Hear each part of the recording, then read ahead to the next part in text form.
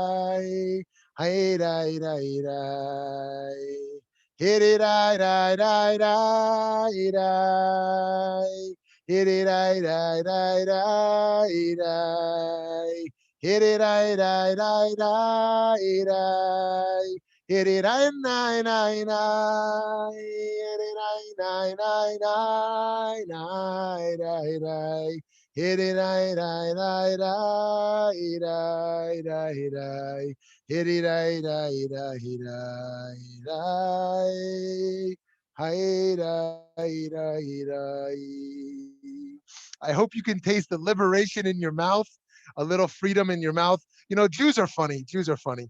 You know, Pesach, Pesach, it's not supposed to be fun. It's actually supposed to be kind of hard, you know, because freedom is hard. Freedom is hard. It's not easy to be free.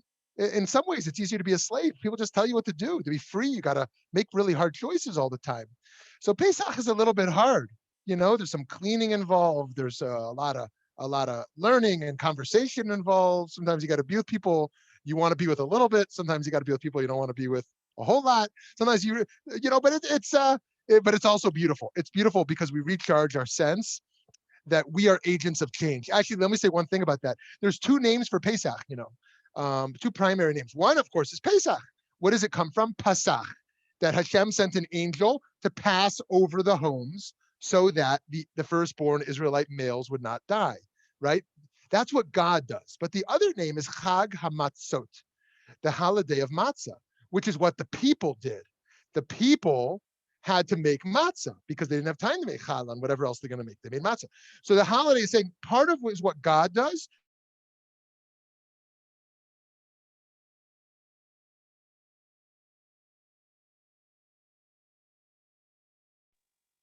Thank you for those giving me a symbol there that it went mute for some reason.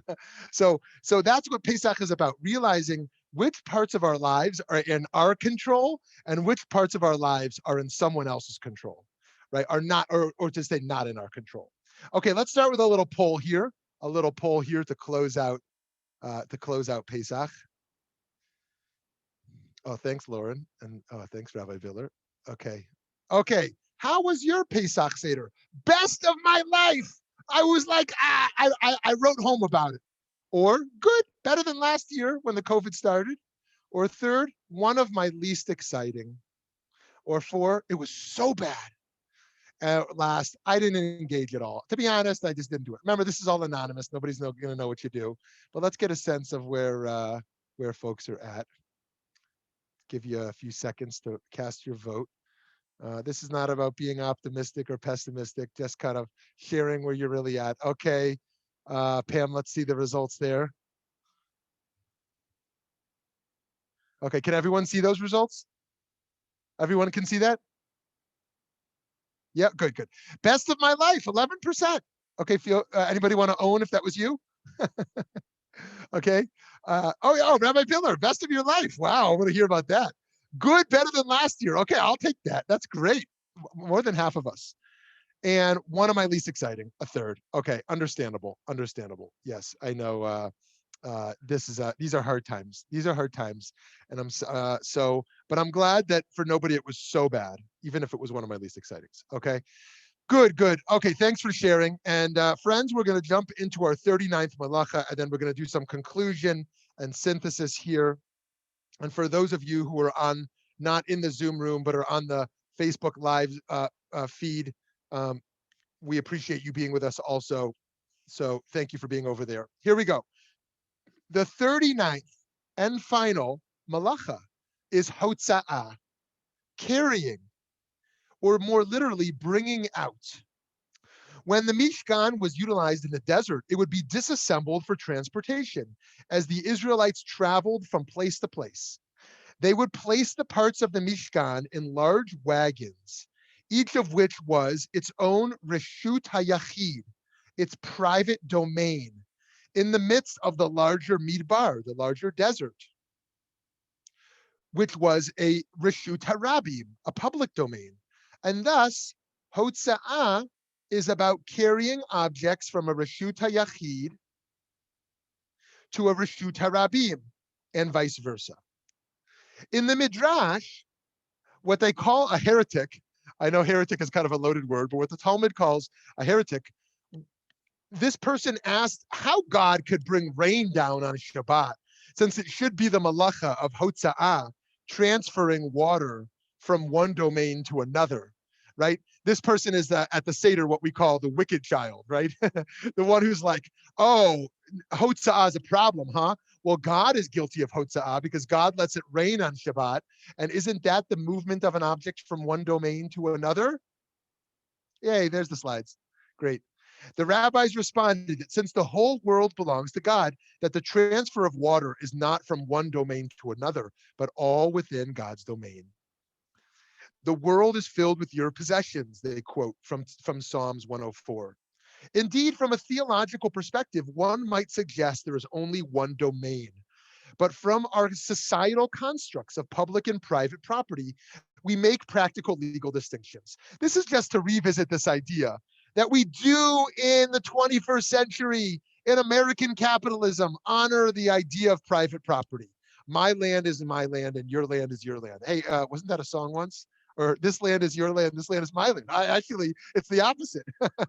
Instead of it's private property, this land is your land, this land is my land.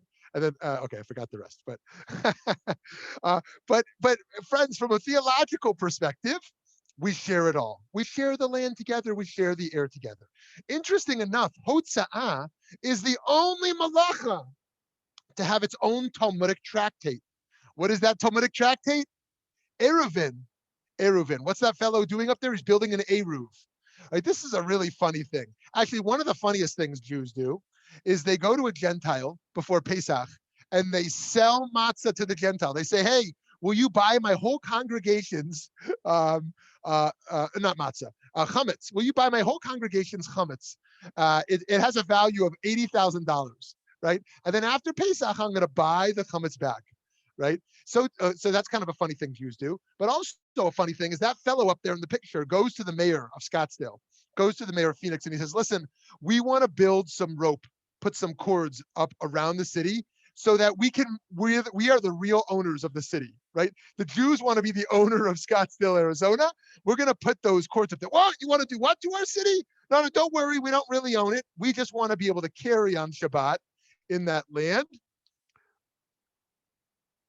Oh, thank you, Lauren, from Buena Vista to Vancouver Island, from the Arctic Circle to the Great Lake waters. This land was made for you and me. Are those the real words? Are those the real words there? Oh, beautiful. Thank you. Good. Okay, awesome. Yeah, that's the Canadian version. Oh, that's the Canadian version. Oh, yeah, really? The Israeli version is from the Arab border to the Arab border, from the Arab border to the Arab border. Oh, are you joking or are you serious? No, Israelis joke. American Israelis make that joke. Okay, yeah, okay. Okay, so anyways, this fellow, just going back for a moment. So this fellow here goes and he says, we want to make this city our private domain.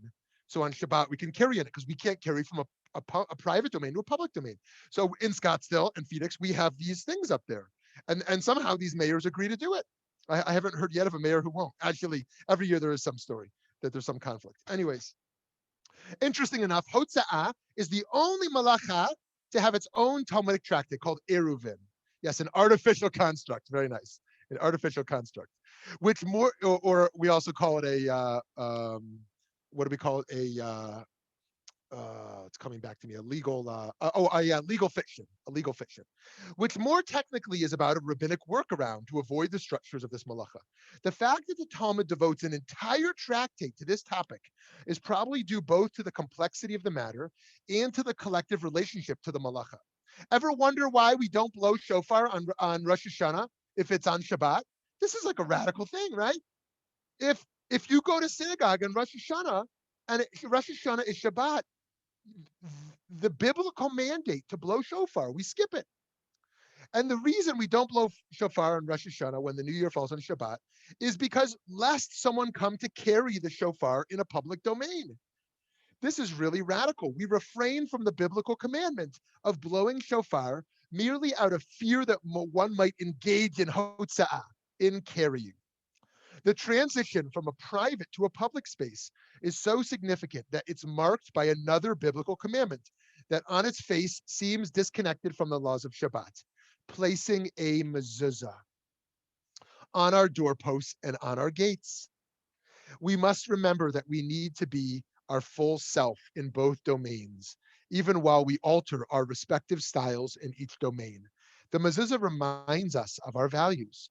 We check to see what parts of ourselves we are carrying from society into our homes and from home back into the broader world. What a beautiful way to think of the mitzvah, right?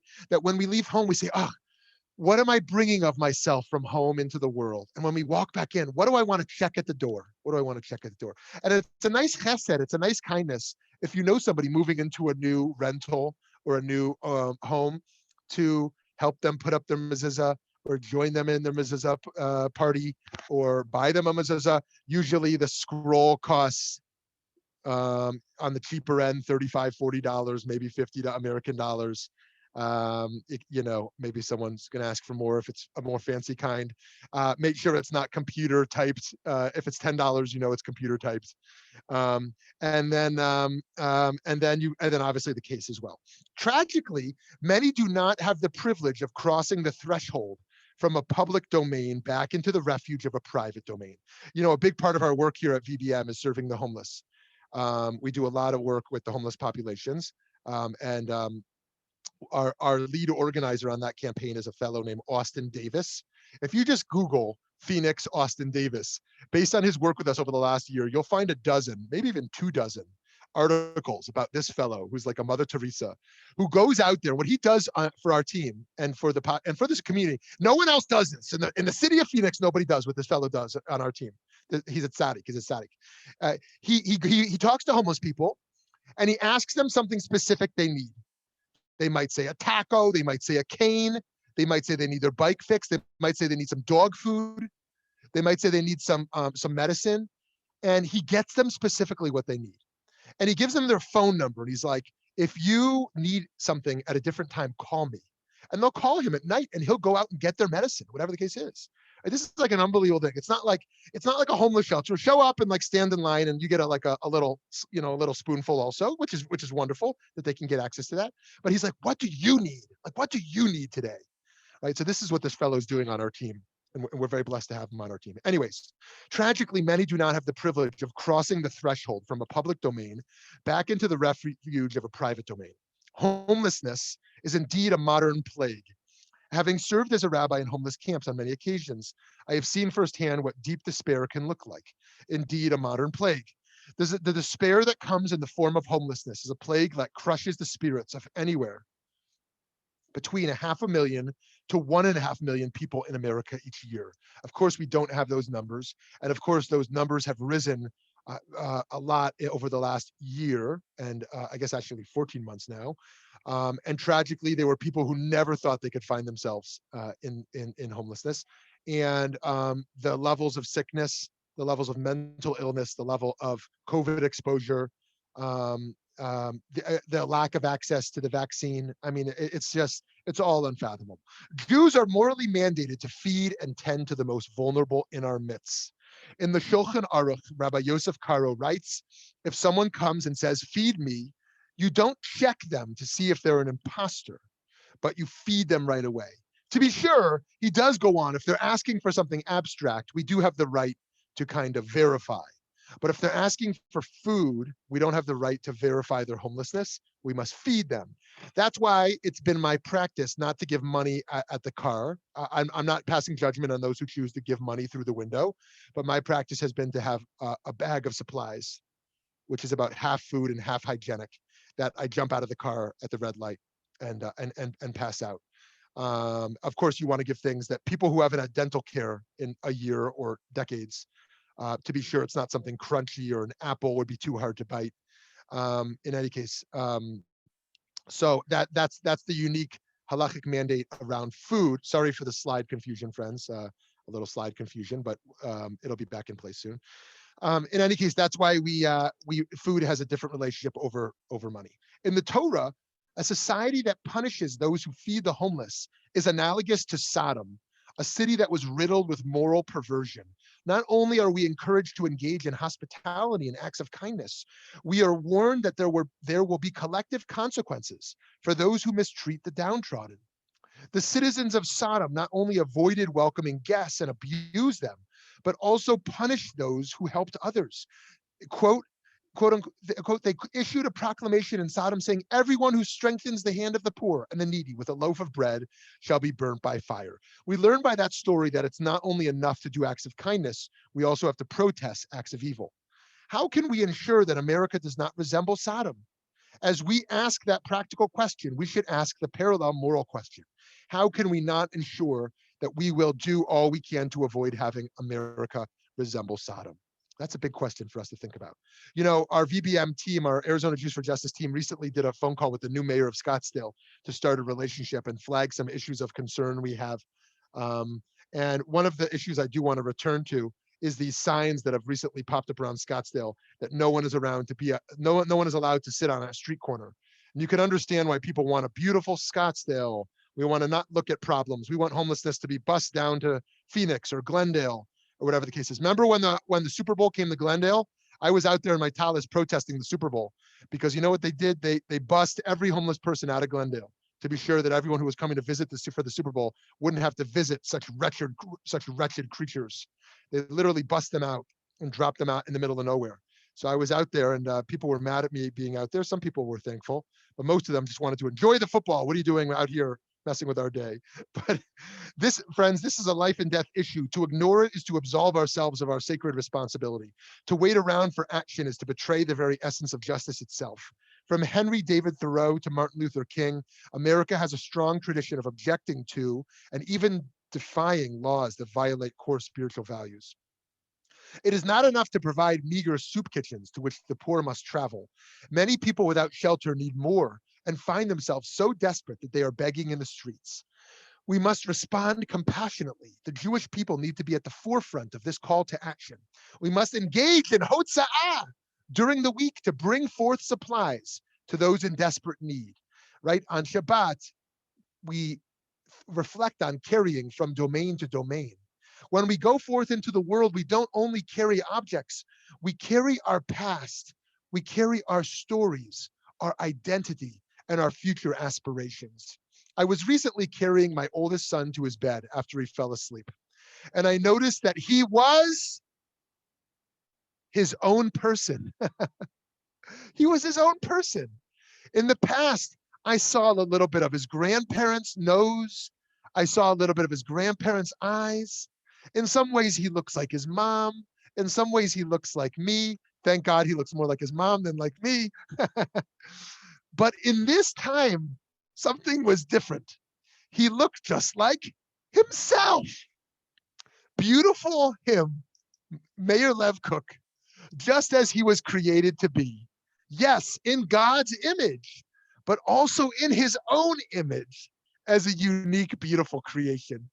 What a wonderful thing to see a person as themselves. And I realized that this is our human story. We have inherited, quote unquote, our people's narratives, the traumas and the glory of, quote unquote, our people. We carry the richness of our past with us, but each and every one of us is also profoundly unique and a radical new beginning in the human story. We are so gracefully carried asleep from the past by our families, our ancestors, our own DNA, to this present moment. Think about that. What a cool meditation, right? Our past ancestors have carried us to this moment. Our grandparents carried us to this moment. Our parents carried us to this moment. And yet, in this present moment, friends, we can wake up and realize that the two key components of who we are, both that we are carried so gently and lovingly to this moment by others who molded us so deeply, but also to this deeper existential reality of our unique purpose, never untied from where we have come from, but never blocked from liberation to start a new path. The world needs the richness of our past to be understood and honored. But the world also needs each of us to actualize our unique potential of this moment. It's about particularism and universalism. It's about traditional and progressive, a focus on others and on the self, determinism and freedom. It's about the old and the new. What we also, quote unquote, carry in the world is our usefulness, something that is deeply needed and meaningful in human experience. Friends, as friends pass into their dotage, as friends age, sometimes what they crave more than ever is to be useful. So let's reflect on this poem, to be of use, by Marge Piercy. You'll see after my 3 dots that I cut out a few paragraphs just because it was a long poem, but I think we get the gist here. The people I love the best jump into work headfirst, without dallying in the shallows, and swim off with sure strokes, almost out of sight. I want to be with people who submerge in the task, who go into the fields to harvest and work in a row and pass the bags along, who are not parlor generals and field deserters, but move in a common rhythm when the food must come in or the fire to be put out. The work of the world is common as mud. Botched, it smears the hands, crumbles to dust. But the thing worth doing well done has a shape that satisfies, clean and evident. Greek amphoras for wine or oil, Hopi vases that held corn and put in museums, but you know they were made to be used. The pitcher cries for water to carry, and a person for work that is real. Think about that last line again. A pitcher cries for water to carry, and a person for work that is real. Indeed, work is not only hard and demanding, it can also be deeply fulfilling when it is of use. To carry what we feel we are meant to carry on our shoulders. One of the most meaningful forms of being of use through carrying is carrying the casket of a loved one, thereby performing the mitzvah of kavod hamet, honoring the deceased, and a true chesed shel emet, a truest act of kindness, since it can never be repaid by the deceased and is thus not an act of reciprocity.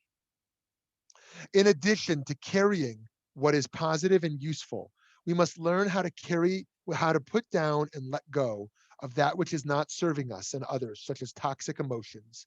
In dark, scary times where all moral foundations of truth and decency are being chipped away, how do we not fall into despair? The Musar teachers instruct us to begin our balance between emunah and bitachon, faith and trust. Having faith in the path we must walk and let go of control, and hishtadlut, striving forward with all of our energy, like we talked about earlier. What is in my control and what is out of my control? There is so much we cannot control today. So friends, take a moment and let's breathe it out. Let it go. Seriously, those of us who really care about the plight of the vulnerable are often carrying way too much stress and anxiety and fear and pain in our hearts. And it makes us less effective, even as it makes us more empathic. It can make us less healthy, even as it makes us more caring. And to be fully compassionate toward others, we need to act compassionately toward ourselves. And yet there is so much we can and must control today. Let's roll up our sleeves, push ourselves beyond our normal comfort zones, and each of us actualize our unique potential to bring light to our own corners. This is a crucial moment in our world history that our descendants will read about in history books. and will feel the lasting impact from for centuries to come. Where were you? Our great-grandchildren will ask if they haven't yet. Each day taking control of together of the fate and destiny of our society, of humanity, of our planet. Each day breathing and marching, breathing and marching, breathing and marching. Moshe brings down the first tablets. When he sees the golden calf, he breaks them. He goes back up the mountain for 40 days, prays for the people's forgiveness, and comes down with the new tablets. But the amazing thing is that the Aron HaKadosh, the Holy Ark, as we have discussed, must contain the first broken tablets and the second whole tablets. We carry our brokenness and our wholeness together. We carry the word of God, the first tablets written by God, and the human word, the second tablets written by Moshe. We carry perfection and imperfection, and that's how it must be, what we carry forth in the world. Another really meaningful form of carrying is carrying a baby in the womb. This is indeed considered an enhanced status of holiness in the Torah. Here's what it says. Here's how one author explains this. Leviticus chapter 12, verses 1-4, presents the rule that when a woman gives birth, she descends in purity. Right? It's a form of tuma as opposed to a tahara. Moreover, when a woman gives birth to a daughter, she descends twice the level of purity than she descends when she gives birth to a boy. The Or HaChaim explains that this perplexing formulation teaches us that during a pregnancy, she has a higher level of holiness, since she is carrying another life. The conception of a daughter who will maintain within herself a greater creative potential raises her to an even higher level of holiness. After the potential leaves her womb, her level of purity descends.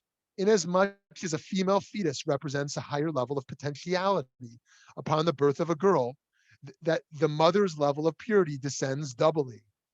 For potential creation is indeed holy, and the level of creation potential is directly related to the level of holiness. So friends, this is a really interesting way to think about tuma and tahara, purity and impurity, as is related to bleeding and as is related to childbirth. That a woman can, and I know some will find this idea offensive and some will find this idea beautiful. This idea that a woman can reach a higher level of holiness than a man.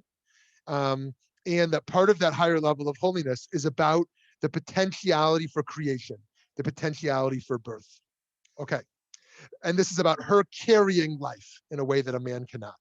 One of the startling phenomena of becoming a parent is realizing that one is taking on all the burdens of that child. There is a Hebrew expression, nosei ba'ol. It's called nosei ba'ol, meaning carrying the burden of another. When you carry the burden of another, acting in empathy and solidarity. Just as an expectant mother views a fetus as a part of herself, almost inseparable, a parent views their child as one that they carry. We carry those that we love in our hearts. Think about Yizkor, reciting Yizkor on a holiday, when we're still holding someone in our heart to rediscover them there. We also must be careful of what we carry, lest we come to use it inappropriately. An interesting story is told about Rabbi Yisrael Meir HaKohen, known as the Chafetz Chaim, who lived from 1838 to 1933, a very fascinating figure, the Chafetz Chaim. In 1913, Israel Medins was a young boy attending the yeshiva of Radin, which had been established by the Chafetz Chaim. One day, young Israel and Hayom, two friends, went for a walk in the woods near the yeshiva. They carried sticks in their hands. They had found the sticks during their walk. Then the Chafetz Chaim himself passed the boys. He greeted them in a friendly manner and stopped to talk to them. Kinder, he said, never walk with a stick in your hand. You might be provoked by someone, and before thinking, use the stick to hit or beat someone. A Jew should never carry a stick.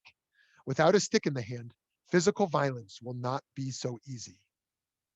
What an interesting Torah from the Chafetz Chaim about how we prepare ourselves. We put a fence around what can emerge in an emotional moment.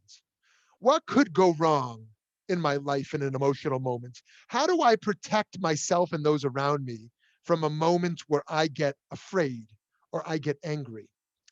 The Lubavitcher Rebbe wrote a powerful message to Rabbi Jonathan Sacks about how we carry faith in the world when Jonathan Sacks was deciding what to do with his life. Should he become a secular academic? Should he become a faith leader? The Rebbe wrote to me in the form of a parable. Imagine, he said, two people, both of whom have spent their lives carrying stones. One carries rocks, the other carries diamonds. Now imagine that they're both asked to carry a consignment of emeralds. To the man who has spent his life transporting rocks, emeralds too are rocks, a burden, a weight. After a lifetime, that is how he sees what he is asked to carry, just another thing to carry. But to the man who has spent his life carrying diamonds, emeralds, also are precious stones, different to be sure, but still things of value and beauty. So it is, he said, with different civilizations and faiths. To the person for whom faith is just a burden, so too are other faiths. He does not value his own. How then can he value someone else's? But to the person to whom his own faith is precious, so too are other people's faiths, because he cherishes his own. He values someone else's. His may be diamonds. The other person's faith is like emeralds, but he sees the beauty in each. So the Rebbe ended, in most cases, if not all, you will find that your attachment to Judaism will heighten your appreciation of the gifts that other cultures. In other words, the more you will value the achievements of others. How amazing that a young boy trying to figure out what to do with his life, studying religions, wrote this letter to this Rebbe. And late at night, when he finally didn't have the burden of tending to other people, he wrote this story back to him. This boy he had never met living in London. And this was a foundational story for him to not only become a faith leader, but for him to become an interfaith leader and appreciate other faiths. And friends, this is also so amazing because we see in the multicultural society of the melting pot of America, where everyone is the same, right? And everything is to be valued equally, and everything is actually dismissed into a secular soup of nothingness, right? Right? Keep everything out, but equality. Equality is the only thing that matters here, right? Actually, what you find is that nothing is of value anymore. But this is the person who just has the burden of carrying rocks. Oh, give me something expensive or valuable to carry. It's also just a weight, right? Everything becomes a to-do list on an agenda. Even the beautiful things of life we can enjoy somehow are just a to-do list. It's just a task. Nothing has any value anymore. But to the person who learned how to carry emeralds in their life, right? Now they're carrying something new, a new burden. Oh, I no longer work, I'm retired. Now I'm a volunteer, and that's heavy work. Now I take care of other people, and that's heavy work. Now I take care of my home or someone else's home, and that's heavy work. But it's beautiful work because it's not just work. Burdens, right? That's what we learned from the slaves who left Egypt going forth into Israel, what they carried on their shoulders, right? They learned how to carry rocks, but then they learned the freedom to choose to carry a new burden. What's the burden I choose to carry? Burdens are not bad. It's not bad to go to work. If you just carry something you hate, then yeah, work is the worst. Someone gives you jobs to do. But if you feel you're doing something good in the world, what you're carrying on your shoulders is it's a ruby. It adds dignity and light to your life. Friends, in learning how to carry the Mishkan, the Israelites had something else crucial to carry forth from Egypt. The Torah tells us that the Egyptians gave them gold, silver, and fabrics, supplies that would be used to build the Mishkan. And then we read, Moses took with him the bones of Joseph, who had extracted a promise from the Israelites on his deathbed, saying, when God takes note of you, you shall carry my remains from here with you. Friends, I get the goosebumps. It makes me want to cry, literally, when I think of this. Think about this. They're rushing out. They're rushing so fast out of Egypt that they can't even make bread. They can't even get their food ready. They can't even say goodbye to their homes. You know that last time you walk out of a home and you blow a kiss goodbye, you take a picture, you just like, you say a little prayer. They can't even say bye. And they're about to leave, and Moshe says, hold on, hold on. We made a promise to Joseph 400 years ago. And Moshe runs back and he gets the bones of Joseph. Of course, this is halakhically problematic because we don't uncover bones and then go rebury them. But in any case, this is a time period. And he goes and he says, we're carrying Joseph with us, right? When we go forth to be a people of freedom, we bring our past with us. We bring our promises with us. Yosef was the reason that we were able to at one time have dignity and power and freedom here. And we're going to honor our commitment to him. We carry the bones of our loved ones out of Egypt, and we request that our descendants also carry us forth from a place of narrowness as well. This is done by keeping Judaism alive, progressing into new generations, honoring the past while adapting to the future. And so we are given the gift of Shabbat each week to pause and reflect upon Hotza'ah, on what we carry forth from our homes, from our past, and from our hearts into the world. We pause to be sensitive to what we must leave behind and what we must be carried on further and further. Okay, friends, I'm going to open it up. I do have some closing comments I want to make at some point. If you'll give me 30 seconds just to catch up and read the chat before you all unmute yourselves. Very nice. Oh, very good. Thank you. Great. Very nice. Thank you. Okay, friends, feel free to unmute yourself. I'd love to hear from you now about Hotza'ah or anything else. I have a question. I was going to ask you about the Eruv. What's the purpose of doing it? Okay, great. Yeah. It goes without saying once again that this is a pluralistic learning space, which is to say that nothing here is ever prescriptive or suggesting one form of Judaism is better than another form of Judaism. And so in describing why some people embrace the idea of an Eruv, I neither wish to persuade people to use an Eruv, nor do I wish to diminish those who are doing it, but merely to show this aspect of Judaism and for us to understand the phenomenon and then make our own choices about it. So the idea of Hotza'ah is about carrying from a Reshut HaYachid into a Reshut HaRabim, carrying from a private space to a public space. And thus, there are those who, if they were in a city without an Eruv, they would not carry something out of their home, right? But what an Eruv does, the court does, is they are taking, quote unquote, ownership of that public space and thus making it private space, right? Again, kind of a legal fiction, kind of a legal maneuver, but the rabbis invented this in the Talmud to solve problems. One of those, actually, some people call it the greatest feminist creation of the rabbis, because women had to stay home. Men went out to synagogue or wherever they would go, and women couldn't carry their babies. And so they stayed home. And what the Eruv did was it enabled women to go out from home and carry things like their children and go into synagogue and to other spaces. And so it made a public space into a private space. And so that is the idea behind the Eruv there. Thank you for asking, Eileen. Someone else.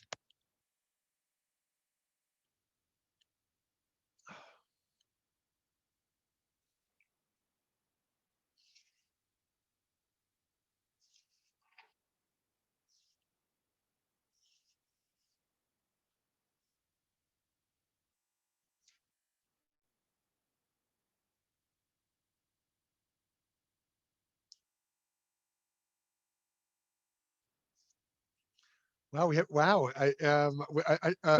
abnormally quiet group today. Rabbi, this is Eric. Yes. I just unbelievable learning what you have said today. Thank you so much. And I've been scrambling with the right question to ask. So I'm going to ask a greater abstract question based on what you've talked about the notion. You talked about 39 different ways. there's got to be one that you in your at this time of your life that you must see that one is a greater challenge and one that you've tried to prioritize over the other just because of difficulty or priorities, values, ethos. I like to know, when you've done in the course of these 39s, and Sharon, what have you reflected on that you sees to be the most one that you want to prioritize most on, in the forethought? I love that question. Thank you so much, Eric. Around these 39 melachot. You know what I should have done here? Oh, good, I can share screen. I had planned to do this, but forgive me. I'm going to remind us of that list here so we can see that for a moment. Okay. Oh, good. Okay. Is that the best list? No, that's not the best list. Maybe, let's see here. Here's the best one. Yeah. Okay. It's actually funny. The one I'm going to pull up is from Torah Tats, like a little kid's song, but let me do a little screen share with you for a moment. Oh, I need to be made host. Sorry. Okay. Anyways, while I'm waiting to be made host here, I will just remind us of the list here of the 39. Well, I'm not going to read through them all, but we went through sowing and plowing and reaping. I'll just do the English. Gathering, threshing, winnowing, sorting, grinding, sifting, kneading, and baking. That had to do with the agricultural. And then we got to number 12, shearing and whitening and disentangling and dyeing and spinning and mounting the warp and setting the two heddles, weaving, separating, tying a knot, untying a knot, sewing, tearing. Right? That had to do with all of the manufacturing process. And then trapping, slaughtering, skinning, salting and tanning, tracing and smoothing, cutting and writing, erasing. That had to do with all of the animal dimensions. And then building and demolishing, extinguishing and kindling. Striking the final blow was last week, and then Hotza'ah, carrying this week. So let's see if I have capacity now. Yes, I do. Yay. Okay, here we go. So just so you can see those really quickly here, those first 1 through 12 were the agricultural. And then when we got from 12 down, we got into, in regards to the manufacturing process. And then we got down to how they use the animals in this process. Again, all of this is about preparing the Mishkan. And then into the part of the preparation, the writing and the cutting, and then into the actual building and breaking down the fire that was used here. And then after the Mishkan was built, right, they give the final blow, the Makibah Patish. And then the last thing they would do is, it's time to travel again. Let's break down the Mishkan and travel in the desert for 40 years. And then we're going to set up camp. Let's rebuild the Mishkan, right? Let's put it back together. And that's where we get Hotza'ah here. And so I think that each one of these is very rich, but I think the one that I think a lot about here is Bona, building and deconstructing.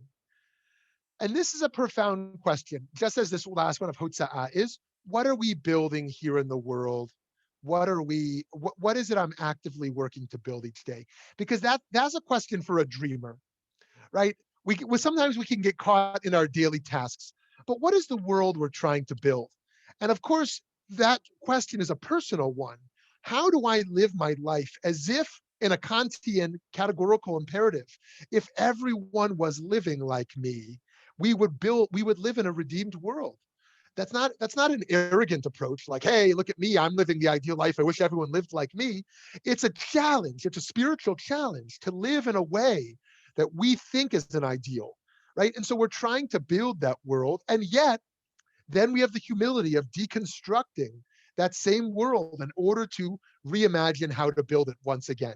And that is Hotza'ah today as well. And friends, here's a great meditation I would love for you to experiment with if you're the type who would do something like this.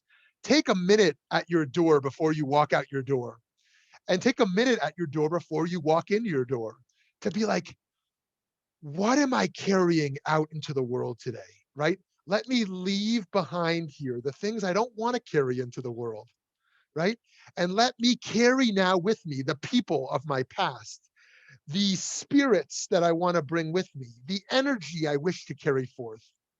And then when we're coming back into the house also, ask ourselves the question, what do I want to leave behind? Right? I just came from a negative experience, or I have a negative energy. I got to check that at the door. I'm walking into my Mishkan. Friends, our home is our Mishkan. Our home is our sacred dwelling. I don't mean this in terms of how many square feet it is or how fancy it is, right? Or how clean it is. I mean this in the energy we bring into that home. And so we have these microcosms. We have this macrocosm of what all of existence that God has created for us. But then we have a microcosm. That is this planet Earth that we care for. That is this country of America that we are working to build a just society. That is this city we live in. That is our property that we live on. And that is our home. And friends, it is also our heart. The heart that we tend to within us is our Mishkan, right? This is the sacred dwelling place of the human being. We think of the human being as the body, right? But the human being is that internal place of self, that internal place of our memory and of our yearning, that place of our aspirations, that place of deep feeling, of yearning, that place of prayer. That is the self. That's what we cultivate each day. That's what we can't let anyone else touch in a negative way, right? That is the Mishkan. And what we're doing on Shabbat is not just cute stuff that we tell kids, as important as all that is. It's not just challah and wine. It's not just songs. All of that is wonderful. It is this cultivation of this inner life that we bring forth and is interconnected with the outer life, the world we're looking to build. That's what it means to be a Jew. What it means to be a Jew who loves Shabbat is a person who can step back and reflect on the world we live in, and reflect on the inner world we live in, and reflect on the work that is involved on building the outer world and the work that's involved in building our inner worlds. Okay, let's hear from someone else. I want to hear from a few more folks before we wrap up the Malacha series together.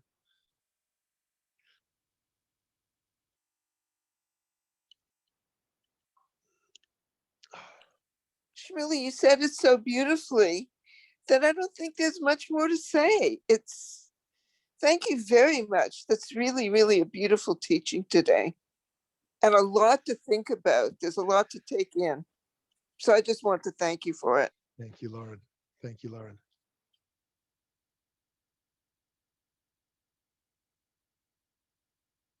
Oh yes, and Nona, I read your point over there as well. I read everyone's points. Thank you. So friends, I'm gonna close out our series because I want to honor everyone's time. And I want to say two things before I do that. The first is I again want to make a formal invitation for everyone to join us in the 40 greatest Jewish debates in Jewish history. That might sound like it's all legalistic or it's contentious, but really my hope is that it can be soft and sweet and gentle. And yes, it does involve different viewpoints, but that is the power of it. That maybe that's what makes it sweet and gentle, is that it's not an iron fist. It's not, we live in a world where people are so loud about the right way to live, the right religion, the right politics, right? The right way your body should look, right? The right way, you should live your life. The motivational speakers, follow me, and and I think we could be a little more gentle with ourselves and realize that no one's got the right way figured out, the right religion, the right politics, the right body, the right home, and realize that, what, we're not looking for right. We're looking for sweet. We're looking for sweetness, right? We say Zis in Pesach. We don't say, oh, have a correct Pesach, have a truthful Pesach, have a sweet Pesach. And then we go eat bitter herbs, right? That has charoset with it. It's got the sweet charoset with it. But we want a sweet life, and so even the heavy things. That's what it means to be a Jew, friends. To be a Jew means that we engage in the bitterness of life, but we enwrap that bitterness in sweetness. We bring that sweetness everywhere we go, even to the things that are hard. That's a tzaddik when you meet a tzaddik. It's called what Rav Kook called the simcha panimi, the inner joy that even in bad things, you carry an inner joy with you, an inner light, right? That gets us through anything.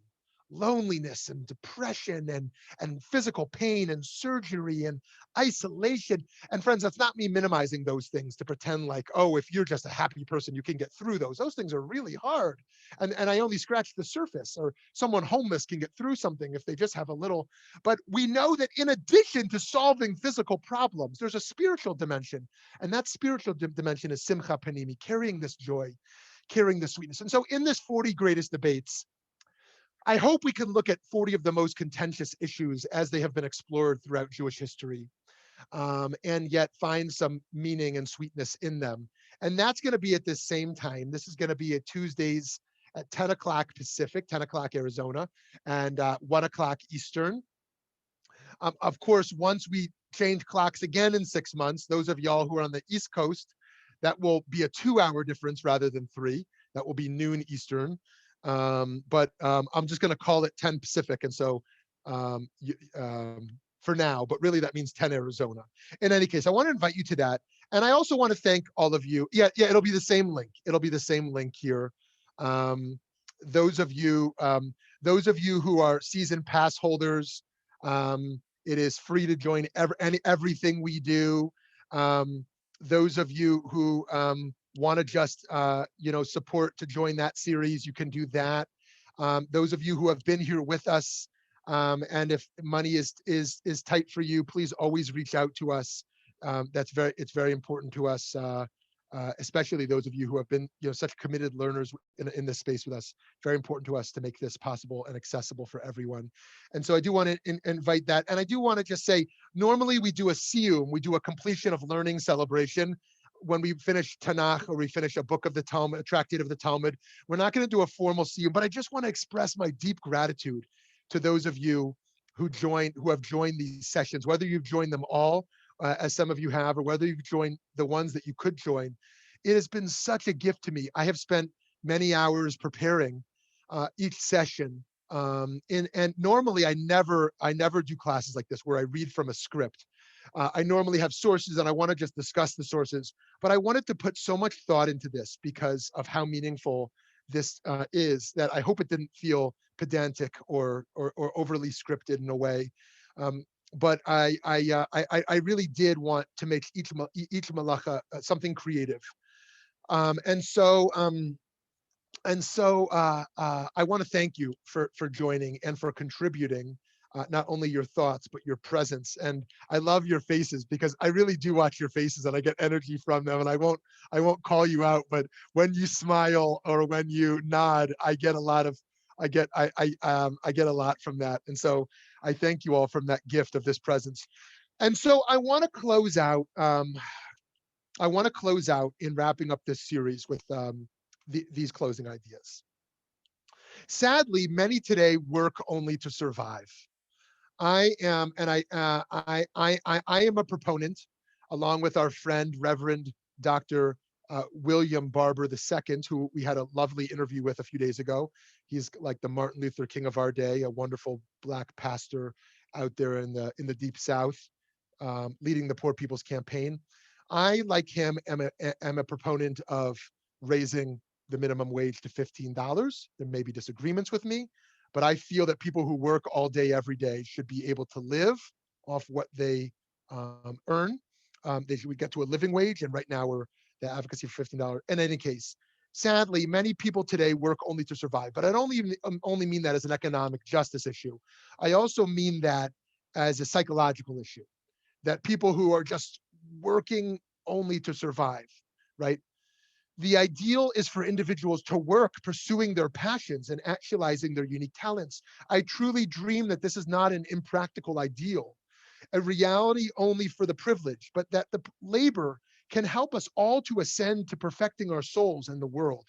It is important that we encourage everyone to experiment with various types of work. We must inspire the up and coming generation to seek out new professional experiences so as to find what they are truly passionate about. It is an imperative that we work to create a more just world where people can have the ability to seek out the work that best suits them and not merely be forced into a lifetime of unchosen, monotonous labor. Achad Ha'am, the 19th to 20th century Zionist thinker and essayist, was correct when he wrote that more than the Jews have kept Shabbat, Shabbat has kept the Jews. Shabbat is about keeping Jewish continuity in a survivalistic sense for the Jews to stay alive, and keeping Jews on our singular moral mission, the mandate to honor the inner dignity of all people. So what does that mean to keep Shabbat today? The Sukkotchover Rebbe, the son-in-law of the Kotzker Rebbe, once remarked, "You can keep every Shabbat to the letter of the law, but unless Shabbat reaches the deepest and highest place in your heart, you haven't kept Shabbat at all." Indeed, one dimension of keeping Shabbat today, in addition to mindful rest, is internalizing the dignity of all laborers in our workplaces and in our homes. The Torah's promise of Shabbat is one of a subversive revolution that reminds us that as important as our work is in our lives, rest is a greater aim. Rest does not merely mean fun, but elevated leisure. Our character is best assessed by how we choose to use our free time. Does it elevate ourselves and those around us? Does it give us more energy, ideas, and positivity? Does it bring repair to brokenness? Shabbat is a day for rest, for learning, for prayer, for self-care, for divine worship, and for spiritual reflection. It is one of the greatest gifts that God has bestowed upon the Jewish people and upon the world. No one can be purely instrumental. Everyone and everything is given the chance and responsibility to rest and heal. Shabbat can also be and must be about moral and spiritual transformation, worker justice, that workers have the chance to take a break, for animal rights, that animals may not be worked one day a week, for environmental justice, that the land cannot be worked one day a week, for self-care, that each person has the chance to reflect and heal. In these 39 sessions together, I have offered a modest model for how the 39 melachot are the necessary spiritual tools we need to embrace the perfect fullness of Shabbat. And through these melachot and concomitant ethical practices, we refrain from mundane work so that we are able to reflect on the power of the melachot on the other 6 days of the week. We see how our days are interwoven, how people are interconnected, how all is one within God's glorious kingdom. But Shabbat is about more than just not working, for two reasons. It's already been stated several times, and removing it strengthens our opening sentence, which is indeed the thesis here. I hope that this journey presents for us the opportunity to dive into what the 39 melachot mean to us and how they can be personally transformational. This is my attempt to make meaning of the melachot, but there are so many other ways each Shabbat to make meaning of our Shabbat experience through humble restraint from the melachot and our weekday courageous engagement with them. The world suffers from horrible burns, from pollution, war, hate, and corruption. To sustain a peaceful, loving, just world, we can return to rebuilding the world. God created the world through the melachot. We, the Jewish people, were in turn empowered to use the melachot to build the Mishkan. And now, once again, to conclude, as God takes a step back, we are empowered to employ the melachot to sustain and build this world. This project together and its charge for each of us has never been more urgent. If we choose to get the most out of it, Shabbat is truly a gift for renewal, reflection, and transformation. Somehow we ended right on time. Friends, I give you the blessing of joy this Pesach. I give you the blessing, and I hope you'll give the blessing back to me. For the sweetness of this Pesach, the sweetness of Shabbat, however we bring Shabbat into our own personal practice and into the week, that each of us can repair the fragments of this broken world, that each of us can not only repair, but be repaired and healed in that journey. I wish you all a joyful day, a moadim l'simcha, and my deep gratitude for joining for the 39 melachot.